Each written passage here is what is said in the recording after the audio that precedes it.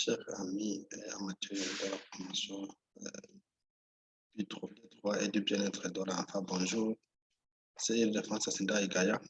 Je suis doctorat chercheur sur les droits de l'enfant à Mopata à la mission de la Charte africaine des droits du bien-être de l'enfant. Nous sommes au chapitre 2 des leçons que nous dispensons ici sur YouTube sur les droits et le bien-être de l'enfant. La première leçon, c'est-à-dire le premier chapitre, consistait au droit à l'enregistrement des naissances et le deuxième chapitre, ça analyse les droits des nourrissons vivant avec leur mère en prison. Nous sommes à la section 3 qui analyse le droit interne burundais, comment le droit interne burundais traite des droits des nourrissons vivant avec leur mère en prison. Le premier paragraphe consistait à l'analyse du contexte juridique, comment le droit burundais traite ces droits, si le droit positif burundais a inscrit des articles sur ces droits. Maintenant, nous allons entamer le dernier paragraphe, c'est-à-dire nous allons analyser la pratique de la mise en application des droits et du bien-être de l'enfant, donc dans le contexte des nourrissons vivant avec leur mère en prison. Comme ça, nous allons continuer à avoir la perspective que nous avons fixée de comment aider ces enfants vivant en prison, du moins à la prison centrale de Mimba. Nous allons voir comment partager avec le Merry Christmas. Nous allons essayer de voir comment ces enfants peuvent aussi jouir de la célébration du fête, de la fête de Noël. Voilà, la présentation, c'est le chapitre s'intitule le système juridique burundais, la protection des droits des nourrissons vivant avec leur mère en prison. Moi, c'est Ildefonso Sinda Igaya, je suis doctorat chercheur. Je suis aussi auditeur magistrat à la Cour des comptes du Burundi avec les numéros de téléphone plus 257 79 423 543. Ce numéro, je l'utilise aussi sur EcoCash, sur WhatsApp. Si vous voulez contribuer à la fête de ces nourrissons en prison pour le samedi, souvenez-vous que c'est samedi, aujourd'hui nous sommes mardi, nous n'avons que 3 jours, mercredi, jeudi, vendredi, pour aller célébrer avec ces enfants le samedi, le Merry Christmas. L'autre numéro, c'est le MICAJ, plus 257 62 113 723. Vous pouvez aussi passer par le MICAJ, ça c'est mon contact email. Nous allons tout de suite balancer jusqu'à arriver à la pratique, voilà, la pratique burundaise des droits des nourrissons vivant avec leur mère en prison. Nous allons analyser comment est-ce que le Burundi traite de ces droits de ces enfants. Nous allons analyser nos 5 droits, lesquels droits sont mentionnés à l'article 20 de la Charte africaine des droits du bien-être de l'enfant. L'article 20, son alinéa 2, qui précise les droits lesquels sont dans l'obligation de l'État si les parents de l'enfant ne sont pas dans la possibilité de pouvoir à ces droits. Les États sont obligés de mener une assistance matérielle, l'assistance matérielle pour faire avancer ces droits. Il s'agit du droit à une alimentation équilibrée. Il s'agit aussi du droit à l'éducation. Il s'agit du droit à l'habillement, du droit au logement. Ainsi, quand nous allons directement entamer ou analyser le droit à une alimentation. Le droit à une alimentation, c'est-à-dire l'enfant, souvenez-vous, selon les règles de Bangkok, les règles de Nelson Mandela, quand l'enfant vit avec sa mère en prison, ce n'est pour d'autres motifs quelconque, c'est pour le seul motif, pour son intérêt supérieur, pour son bien-être, pour donc que le bien-être de l'enfant, l'intérêt supérieur de l'enfant soit maintenu pour ces nourrissons vivant avec leur mère en prison. Ces enfants doivent bénéficier d'une alimentation gratuite et de bonne qualité. Ainsi, l'enfant, sans tenir compte des exigences de son état physiologique.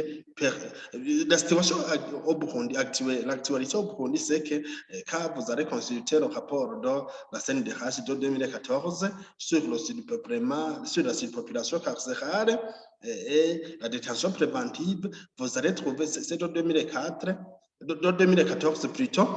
Aussi, il y a la recherche menée par une dame, Christine, en réseau de son mémoire de master en 2018, mais aussi mes recherches en réseau de mon mémoire de master en 2020, au mois d'octobre. La quantité reste inchangée, c'est-à-dire l'enfant reçoit 350 grammes de haricots par jour, 350 grammes de farine de maïs ou de manioc par jour, 6 grammes de sel, 50 grammes d'huile de palme par jour. C'est-à-dire la maman, elle reçoit cette quantité et l'enfant reçoit cette quantité sans tenir compte des besoins de l'enfant.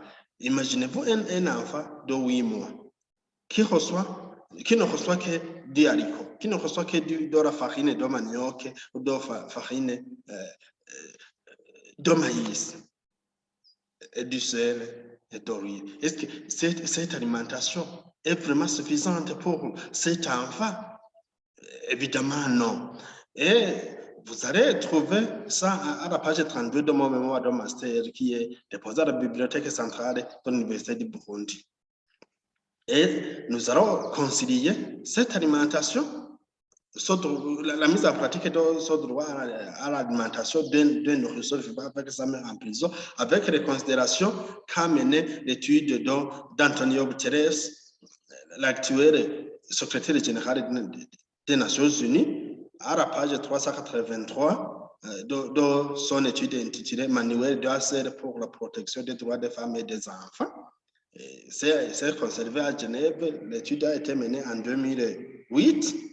À la page l'état jeune, il faut aider l'enfant à se nourrir à l'état jeune parce que c'est à cette étape que l'alimentation de l'enfant est bénéfique. Donc, il faut garder en mémoire cette considération d'Antonio Guterres que les gens ne peuvent pas manger de manière rétroactive. Il est extrêmement difficile de réparer le préjudice dû à une nutrition insuffisante dans les 5 premières années de la vie. Donc, ces enfants qui vivent en prison, qui ne sont nourris que de la pâte de manioc, de maïs, du haricot, du sel et de palme, vous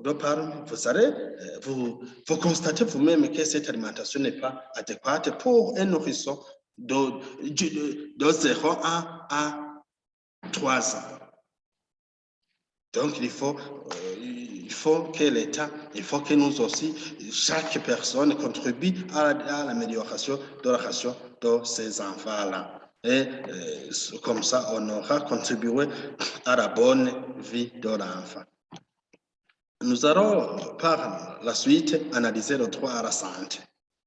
Par rapport aux textes internationaux, il faut que dans les institutions pénitentiaires, dans les prisons, il faut qu'il y ait des médecins spécialisés en pédiatrie. Or, au Burundi, à la prison centrale de Mimba, comme à la prison centrale d'Ongozi-Femme, il n'y a pas d'installation adéquate à mener une bonne vie de l'enfant. Il n'y a pas même ces médecins spécialistes en pédiatrie.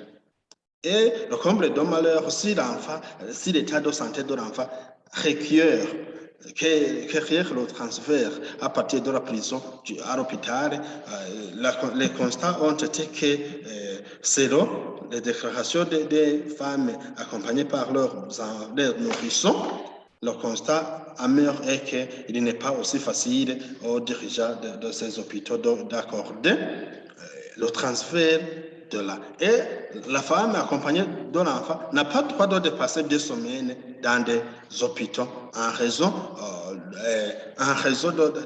d'assister au traitement médical de son enfant. Et les textes interdisent que la naissance est liée dans des structures pénitentiaires. Mais le constat est que la prison centrale de Mimba, à défaut d'un pédiatre, à défaut d'un gynécologue, si il y a été une occasion en 2020, au moins, 2 septembre, il y a eu une naissance qui a été assistée par un prisonnier de formation, bien sûr, médicale. C'est-à-dire, le service médical de la prison centrale d'Omimba ne veille pas au strict respect de ce droit de l'enfant que la naissance est liée dans les hôpitaux. Ça, vous sentez bien que c'est une lacune. Il faut donc qu'il y ait facilité d'accès aux soins de santé de ces enfants. Vous allez constater dans le rapport d'enquête de la CNDH dans 2014 que j'avais précité, à la page 66, vous allez constater que dans des prisons comme la prison centrale d'Omimba, il y a pénurie d'eau et d'électricité. Avec la pénurie d'eau, vous allez constater que ça doit avoir des répercussions sur l'hygiène. Et l'hygiène a des répercussions sur la santé de l'enfant. C'est-à-dire la propreté n'est pas bonne. Nous allons aller tout de suite à l'autre 3. Et nous allons, après ce constat amer, nous allons constater ensemble le droit à l'éducation. Le droit à l'éducation, il faut que l'enfant, s'il a tel âge d'aller en crèche, dans la poursuite de son intérêt supérieur, dans la poursuite de son bien-être, qui est la raison même fondamentale que l'enfant accompagne sa mère en prison, il faut que l'enfant jouisse de tous les droits comme ses pairs à l'extérieur de la prison. Mais le constat est qu'à la prison centrale de Gonzi-Femme, il y a une crèche bien aménagée. Vous allez trouver par les diapositives de la page suivante, par les photos des diapositives suivantes, constatez qu'en Ngozi, il y a une crèche bien aménagée. Mais à la prison centrale de Mimba, il n'y a pas de crèche, il n'y a pas d'installation de jeux pour que ces enfants jouissent d'une bonne éducation. Or, dans les attributions du service social de prison, ces services sont chargés d'encadrer les enfants à la crèche. Et si la crèche n'existait pas, le droit à l'éducation de ces enfants est bafoué. C'est-à-dire les enfants ne devront qu'attendre le placement à l'âge de 3 ans. Ce qui est contraire à la poursuite de l'intérêt supérieur de l'enfant. Ces enfants, il faut que l'État et les partenaires comme l'UNICEF et Terre des Hommes ont aidé à la mise en place d'une crèche à la prison centrale de Ngozi-Femme. Il faut aussi que ces institutions, comme d'autres d'ailleurs, peuvent mettre en place des crèches bien équipées dans d'autres maisons de détention qui abritent les enfants à l'âge d'aller en crèche.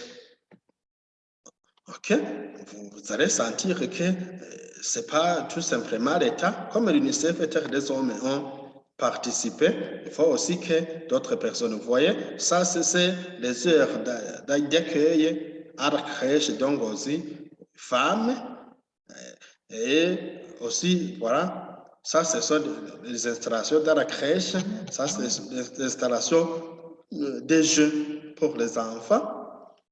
Les nourrissons vivant avec leur mère en prison, à la prison centrale d'Ongozi-Femme. Et dans l'existence, nous la remercions à l'UNICEF et Terre des Hommes.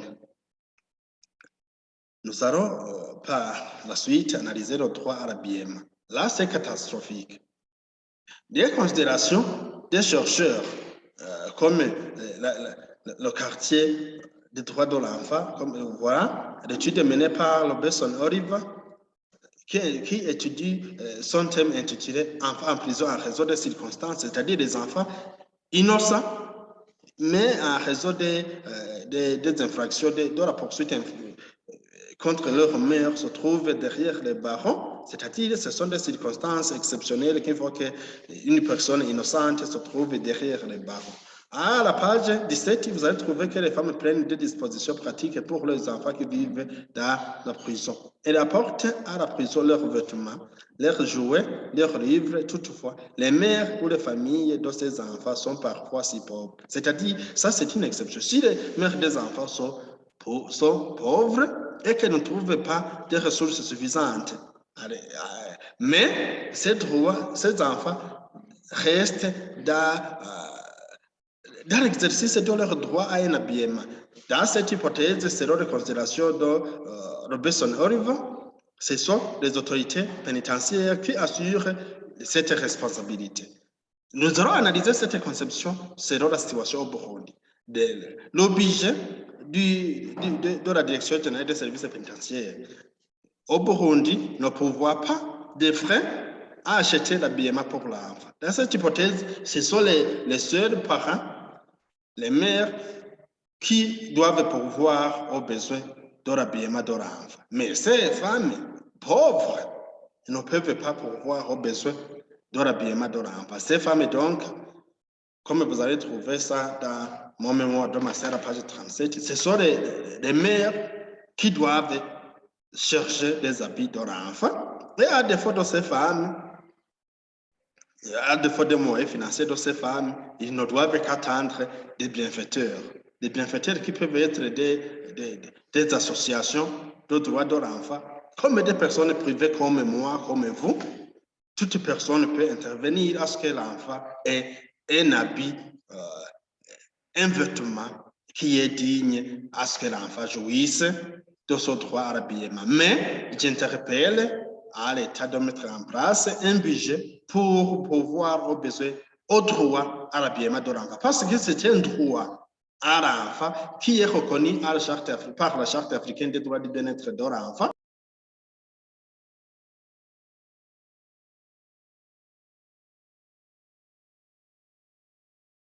Droit au logement, oui.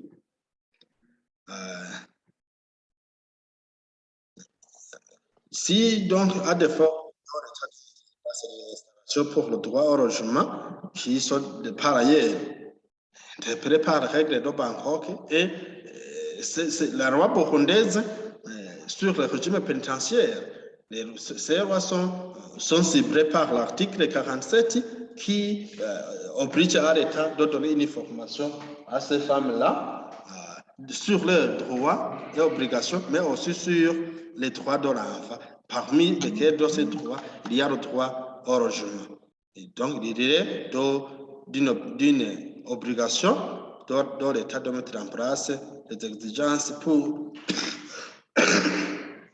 aider ces enfants à trouver des droits au logement. Ça, ce sont des installations qui montrent comment le droit au logement des femmes accompagnées par des enfants est en place. C'est par ici que nous terminons la leçon d'aujourd'hui et nous interpellons tout un chacun à contribuer